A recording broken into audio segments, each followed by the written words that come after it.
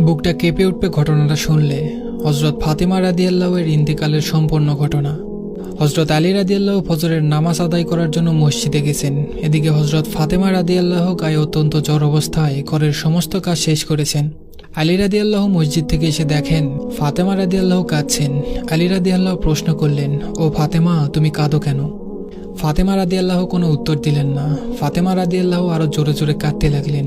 আলী রাদিয়াল্লাহু কয়েকবার প্রশ্ন করার পর ফাতেমা রাদিয়াল্লাহু কাঁদতে কাঁদতে বললেন, ও আলী, আমি স্বপ্নের মধ্যে দেখেছি আমার আব্বাজান হযরত মুহাম্মদ সাল্লাল্লাহু আলাইহি ওয়াসাল্লাম আমার ঘরের মধ্যে ঢুকে কি যেন তালাশ করতেছেন।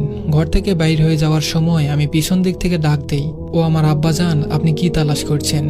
আব্বাজান মুহাম্মদ সাল্লাল্লাহু আলাইহি ওয়াসাল্লাম বলতেছেন, ও আমার ফাতেমা, আমি তোমাকেই তালাশ করতেছি, তোমাকে নিয়ে যাওয়ার জন্য। আরো বললেন, ও আমার ফাতেমা, আজকে তুমি রোজা রাখবা, সেহরি করবা আলীর দস্তরখানায়, আর ইফতার করবা আমি আব্বাজানের দস্তরখানায়। আলী রাদিয়াল্লাহু এই স্বপ্ন শোনার পর দুজনের আর বুঝতে বাকি রইল না যে ফাতেমা রাদিয়াল্লাহু আজকে ইন্তেকাল করবেন। দুজন আরো জোরে জোরে কাঁদতে লাগলেন। এই সময়ের মধ্যে হজরত হাসান হোসাইন রাদিয়াল্লাহু এসে জিজ্ঞেস করতেছেন, ও আব্বাজান, ও আম্মাজান, আপনারা দুজনে কাঁদছেন কেন? ফাতেমা রাদিয়াল্লাহু এর একটা অভ্যাস ছিল, যখন হোসাইন রাদিয়াল্লাহু কোনো কাজে বিরক্ত করতেন তখন দুজনকে নানাজানের কবরের কাছে যেতে বলতেন। আজও ফাতেমা রাদিয়াল্লাহু বললেন, তোমরা দুই ভাই এখন নানার কবরে চলে যাও। কবরের নিকট যাওয়ার সাথে সাথে কবর থেকে আওয়াজ আসলো, ও আমার আদরের নাতিরা, এই মুহূর্তে তোমরা আমার কাছে কেন এসেছ? আমার কাছে তো সব সময় আসতে পারবে, এখন যাও, যে তোমার মায়ের চেহারার দিকে তাকিয়ে থাকো, আজকের পর তোমাদের মাকে আর পাবে না। এই কথা শোনার পর দুই ভাই কাঁদতেছে আর দৌড়াতে দৌড়াতে আম্মার নিকট চলে গেলেন। এসে আম্মাকে বললেন যে তোমরা দুজনে কেন কাঁদছো আমরা বুঝতে পেরেছি। নানাজান আমাদের সবকিছু বলে দিয়েছেন। আজকের দিনটা তোমার জন্য শেষ দিন। নানাজান তোমার চেহারার দিকে তাকিয়ে থাকার জন্য আমাদেরকে বলেছেন। বিকালের দিকে হজরত ফাতেমা রাদিয়াল্লাহু এর শরীর বেশ খারাপ হলো। ফাতেমা রাদিয়াল্লাহু মৃত্যুর পূর্বক্ষণে আলী রাদিয়াল্লাহুকে 3টা কথা বললেন। 1 নম্বর কথাটি ছিল, ও আলী, যেদিন থেকে আমি আপনার ঘরে এসেছি ওই দিন থেকে নিয়ে আজ পর্যন্ত আপনাকে আমি অনেক কষ্ট দিয়েছি। আলী, আপনি যদি আমাকে ক্ষমা না করেন তাহলে কিয়ামতের ময়দানে আমি সন্তানের কারণে আমার আব্বাজান অনেক লজ্জিত হবেন। বলেন, আপনি আমাকে ক্ষমা করলেন কিনা? আলী রাদিয়াল্লাহু বললেন, ফাতেমা, তুমি এসব কি বলতেছো? আমি আলী তো তোমার যোগ্য ছিলাম না। তোমার আব্বাজান দয়া করে মেহেরবানি করে তোমাকে আমার করে দিয়েছেন, আমার কাছে বিয়ে দিয়েছেন। বিয়ের দিন থেকে নিয়ে আজ পর্যন্ত আমি আলী তোমাকে কোনোদিন ঠিকমতো 2 বেলা খানা খাওয়াতে পারিনি। ও ফাতেমা, তুমি বলো আমাকে ক্ষমা করেছো কিনা? তুমি যদি আমাকে ক্ষমা না করো তাহলে আমাকে কিয়ামতের দিন কঠিন শাস্তি ভোগ করতে হবে।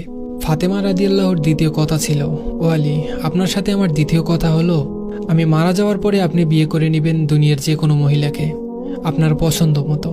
আপনাকে আমি অনুমতি দিলাম, আর আমার বাচ্চা দুটোকে সপ্তাহে 1 দিন আপনার কোলের মধ্যে করে নিয়ে ঘুমাবেন। ফাতেমা রাদিয়াল্লাহুর তৃতীয় কথা ছিল, ও আলী, আপনার সাথে আমার তৃতীয় কথা হলো, হাসান হোসাইন যখন বালেগ হবে তখন দুনো ভাইকে আল্লাহর রাস্তায় সোপর্দ করে দিবেন এবং আমাকে রাতের বেলায় দাফন করবেন। হযরত আলী রাদিয়াল্লাহু বললেন, তুমি নবীর মেয়ে, আমি সবখানে খবর দিয়ে তোমাকে দাফন করব, এতে সমস্যা কি? হযরত ফাতেমা রাদিয়াল্লাহু বললেন, আমার কাফনের কাপড়ের উপর দিয়ে সবাই অনুমান করবে যে নবীর মেয়ে কতটুকু লম্বা ছিল, এতে আমার পর্দা ভঙ্গ হবে।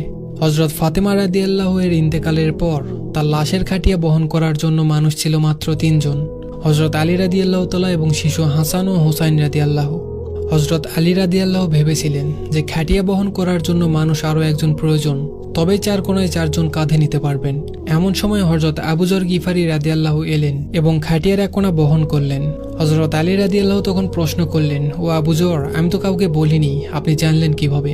হযরত আবু যর গিফারি রাদিয়াল্লাহু বললেন, আমি আল্লাহর রাসূলকে স্বপ্ন দেখেছি। তিনি বললেন, হে আবু যর, আমার ফাতেমার লাশ বহন করার জন্য লোকের অভাব, তুমি তাড়াতাড়ি চলে যাও। ও আলী, আমাকে তো হুজুরে আকরাম সাল্লাল্লাহু আলাইহি ওয়াসাল্লাম আসতে বলেছেন। হযরত ফাতেমা রাদিয়াল্লাহুকে যখন কবরে নামাচ্ছেন তখন হযরত আবু যর গিফারি রাদিয়াল্লাহু কবরের কাছে গিয়ে কবরকে উদ্দেশ্য করে বললেন, হে কবর, তুমি কি জানো আজ তোমার মধ্যে কাকে রাখছি? এটা জান্নাতের সকল মহিলাদের সর্দার। কবর থেকে কোনো আওয়াজ নেই। তিনি আবার বললেন, এটা হযরত হাসান হোসেনের আম্মা। এবারও কবর থেকে কোনো আওয়াজ নেই। তিনি আবার বললেন, এটা হযরত আলী রাদিয়াল্লাহু এর স্ত্রী। এবারও কবর থেকে কোনো আওয়াজ নেই। তিনি আবারও বললেন, এটা দোজাহানের বাদশার মেয়ে। খবরদার, কবর বেয়াদবি করবে না। আল্লাহ তাআলা কবরের জবান খুলে দিলেন। কবর বললেন, আমি অন্ধকার ঘর, আমি সাপ বিচ্ছুর ঘর, আমি এমন একটি ঘর যার মধ্যে কোনো বংশ পরিচয় কাজ হয় না। আমি দোজাহানের বাদশার মেয়ে ফাতেমাকে চিনি না, হযরত আলীর স্ত্রীকে চিনি না, আমি হাসান হোসেনের আম্মাকে চিনি না, জান্নাতি মহিলাদের সর্দারনিকে চিনি না। আমি শুধু চিনি ঈমান আর আমল। আল্লাহ তাআলা আমাদেরকে ঈমান এবং আমল নিয়ে বেঁচে থাকার তৌফিক দান করুক। সবাই বলি আমিন।